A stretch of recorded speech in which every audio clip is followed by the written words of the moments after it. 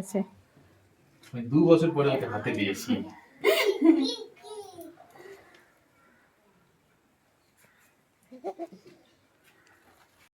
জয় গিরিধারী, জয় শ্রী রাধে।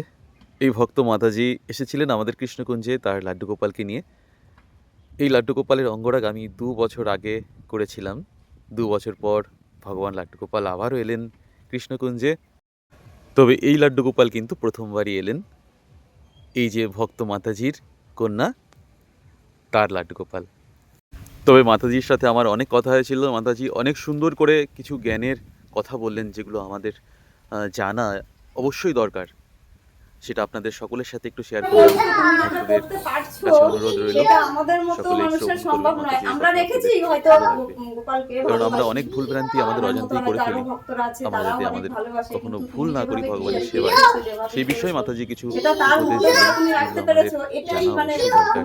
চলুন তাহলে আমরা সকলে মিলে শ্রবণ করি।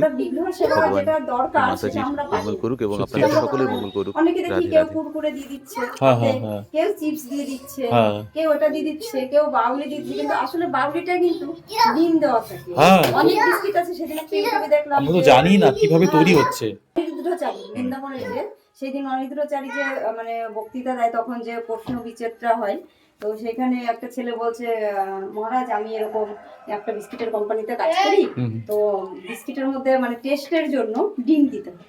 আচ্ছা আচ্ছা। তখন অনিরুদ্ধচারী মহারাজ বললেন যে ভালোই হয়েছে, আমি কোনোদিনও বিস্কিট খাইনি। তো সেরকম হয় যে আমরা মানে অনেকে খাচ্ছে, হ্যাঁ ঠিক আছে খাইয়ে দিলাম, বিস্কিট দিয়ে দিলাম। অনেকে আছে বিছানার মধ্যে নিয়ে ঘুমিয়ে পড়ছে, কিন্তু এটা ঠিক নয়। তার মতো করে সে ভগবান তাদের আমাদের বিছানায় বা আমাদের জায়গায় রাখার, সে তো আমাদের মতো নয়। হ্যাঁ, তাদের সন্তান রূপে ভালোবাসি, সন্তান রূপে দেখি, সেটা আলাদা হবে, কিন্তু তাকে যদি রাখতে হয় তার মতো করে রাখতে হবে। ঠিক ঠিক, এটা খুব তাকে আমার মতো করে না। দামি কথা বলেছেন। এটা আমার অনেকেই আছে যে তাকে বলে আমি সন্তান রূপে দেখি, আমার সন্তান যেভাবে মানুষ করছি সেভাবে করবো। হ্যাঁ সেভাবে করো, কিন্তু তুমি একটা কথা ভাবো তো, যে তারা অনেকে দেখি কসবিরাট দিয়ে টলছে গোপাল, অনেকে দেখছি তেঁতুল দিয়ে মারছে, অনেকে পিতম্বরী দিয়ে মারছে, যে যেরকম করে পারছে সে সেরকম করে বলছে। তাহলে তোমার সন্তানটাকে কি তুমি তেঁতুল দিয়ে করছো না? তুমি তোমার সন্তানকে 10 মিনিট আধা ঘন্টা অন্তর জল খাওয়াচ্ছ, তুমি কি গোপালকে খাওয়াচ্ছ? তুমি কি গোপালকে সেরকম সারা রাত ধরে পাহারা দিয়ে কোনোদিনও জেগে দেখেছো? গোপালকে নিয়ে সারা রাত ধরে জাগিয়ে কোলে ঘুরে বেরিয়েছো? তাহলে তুমি কেন বলছো যে আমার সন্তান যেরকম, একটা মানুষের সঙ্গে কখনো একটা গোপালের তুলনা, ভগবানের তুলনা হয় না। সে পরম পিতা, একদম সৃষ্টিকর্তা, তার অনুমতি ছাড়া একটা ধুলোও নড়ে না। তো তাকে সন্তান রূপে পাওয়াটা ভাবতে পারি, কিন্তু পাওয়াটা আমাদের মতো মানুষের জন্য নয়। হ্যাঁ, আমরা পারবো না। খুব সুন্দর বলেছেন। কখনো সেটা পাবো না, সেটা আমি মানি। আমি এটা আমার কথা বলছি, আমি আরো ভক্তরা আছে, আরো যারা আছে, তারা বলবো আমি সন্তান রূপে দেখি, আমি আমার মতো করে পালি, তার মতো করে চান করাচ্ছে, তার মতো করে ডুব দেওয়াচ্ছে, তার মতো করে দেখছি, কিন্তু সেটা নয়।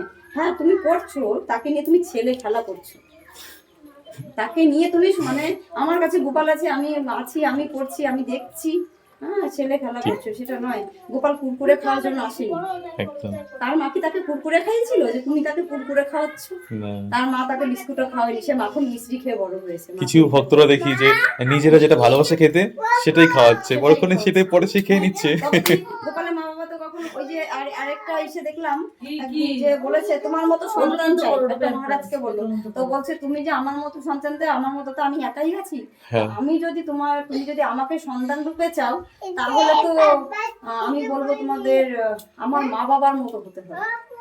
মরে আমার মা বাবার মতো। আমার মা বাবা সারাক্ষণ ঝুলি একটা গীতা ভাগবত পিঠে নিয়ে, ঝুলিতে নিয়ে আমার বাবা কাজ করতো, সারাদিন পরে একটু মুড়ি খেত, কোনোদিনও মাছ মাংস তারা ভক্ষণ করেনি, পেঁয়াজ রসুন গন্ধন হাত লাগায়নি, নিজে না খেয়ে লোককে খাইছে, তার মতো হতে হবে, তবে না তুমি আমার মতো সন্তান পাবে।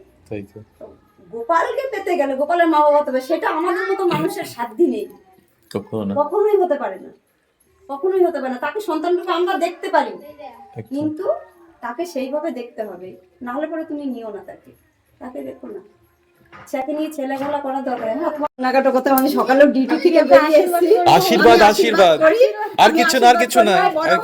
ও যেন অর্পণের মতো বাবা তোমার মতো মন পায়, তোমার মতো হতে পারে, ও যেন অনেক বড় হয়, তোমাদের উজ্জ্বল করুক, আমাদেরকেও আশীর্বাদ করবেন। তোমাদের কেন এই সারা ভারতবর্ষের জন্য মুখ উজ্জ্বল করতে পারে, আমি সারাক্ষণ আশীর্বাদ করি।